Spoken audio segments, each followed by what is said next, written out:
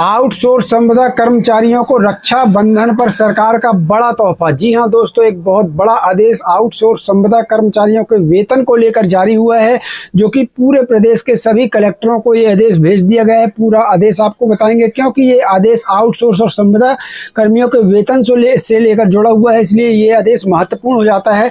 वहीं दूसरी बड़ी खबर की भी बात करेंगे, जहां पर एक आदेश जारी हुआ है जिसमें आउटसोर्स कर्मचारियों की समग्र आईडी, आधार कार्ड नंबर और जितने भी दस्तावेज है अर्जेंट में मांगे गए हैं। जी हां दोस्तों, ये अर्जेंट में जानकारी मांगी गई है, क्यों मांगी गई है पूरी बात करेंगे इस पर, पूरा आदेश आपको इस वीडियो में दिखाने का काम करेंगे। तीसरी बड़ी खबर है जिसमें खबर का असर हुआ है। जी हां दोस्तों, हमने भी वो खबर दिखाई थी जब आउटसोर्स कर्मचारियों को कॉलेज के अंदर नहीं घुसने दिया जा रहा था, क्योंकि उनका अनुबंध 30 जून को समाप्त हो गया था।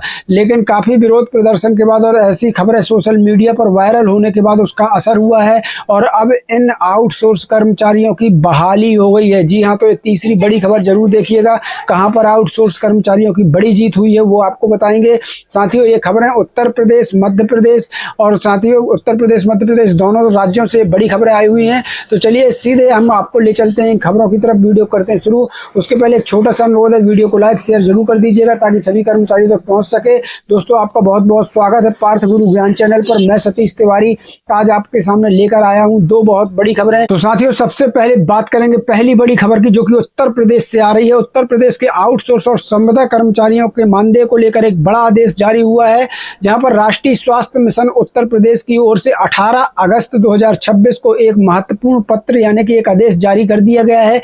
यह आदेश मैंने यहाँ पर स्क्रीन पर भी लगा दिया है, आप ये आदेश अच्छे से देख लीजिए। यह आदेश राष्ट्रीय स्वास्थ्य मिशन के अंतर्गत कार्यरत संविदा एवं आउटसोर्स कर्मचारियों के मानदेय भुगतान से जुड़ा हुआ है। आदेश में यह बताया गया है कि कर्मचारियों के मानदेय का भुगतान उनकी उपस्थिति के आधार पर किया जाना है।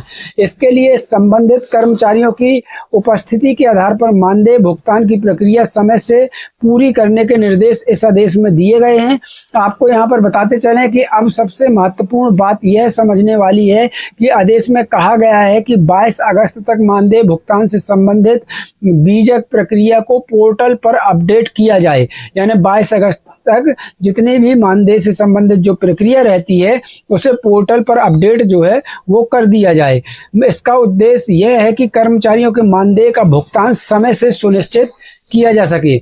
आदेश में यह भी कहा गया है कि रक्षाबंधन पर्व को देखते हुए कर्मचारियों के मानदेय का भुगतान 27 अगस्त 2026 तक सुनिश्चित किया जाए। यानी 28 तारीख को रक्षाबंधन है साथियों, और यहाँ पर आदेश सख्त आदेश जारी कर दिया गया है कि 27 अगस्त तक जो है तमाम आउटसोर्स संविदा कर्मचारियों का भुगतान हो जाए, उनका वेतन जो है उनके बैंक खाते में पहुँच जाए। इसका ये सख्त आदेश जो है ये सरकार ने जारी कर दिया है और सभी कलेक्टरों को भेज भी दिया है।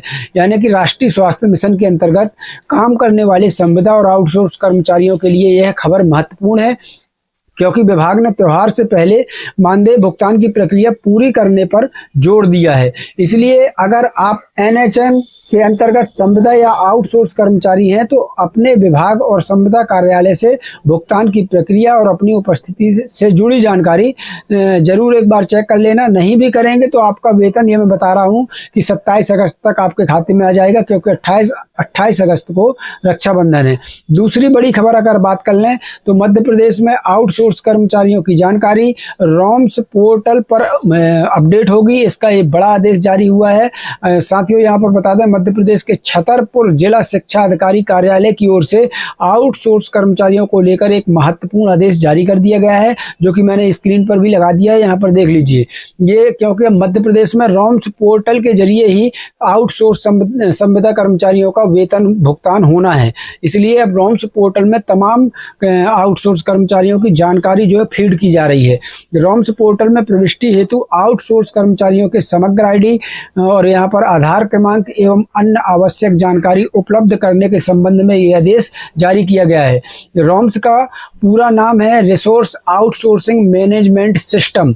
जी हाँ दोस्तों, यानी कि एक ऐसा पोर्टल है जिसमें आउटसोर्स कर्मचारियों से संबंधित जानकारी दर्ज और व्यवस्थित की जा रही है, ताकि कभी भी जरूरत पड़े तो एक क्लिक करें और सभी आउटसोर्स कर्मचारियों की जानकारी सामने आ जाए।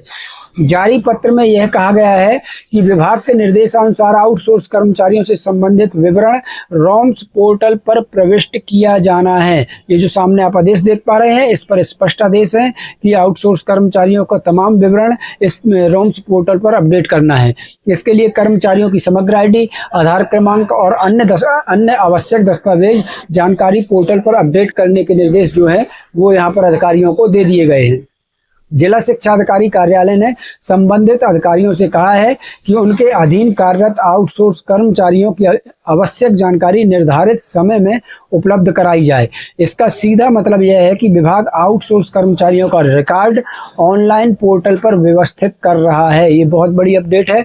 इसलिए मध्य प्रदेश के जिन आउटसोर्स कर्मचारियों से समग्र आईडी, आधार या अन्य दस्तावेज मांगे जा रहे हैं, उन्हें संबंधित कार्यालय के निर्देश के अनुसार अपनी जानकारी उपलब्ध करानी चाहिए। अगर आपका कार्यालय आपसे समग्र आईडी, आधार कार्ड या अन्य आवश्यक दस्तावेज मांग रहा है तो समझ जाइए कि आपका जो डाटा है, आपका जो विवरण है वो पोर्टल पर फीड हो रहा है। और दोस्तों यहाँ पर भी एक बात ध्यान रखें, यह आदेश छतरपुर जिले के संबंधित विभागीय रिकॉर्ड और प्रक्रिया से जुड़ा हुआ है।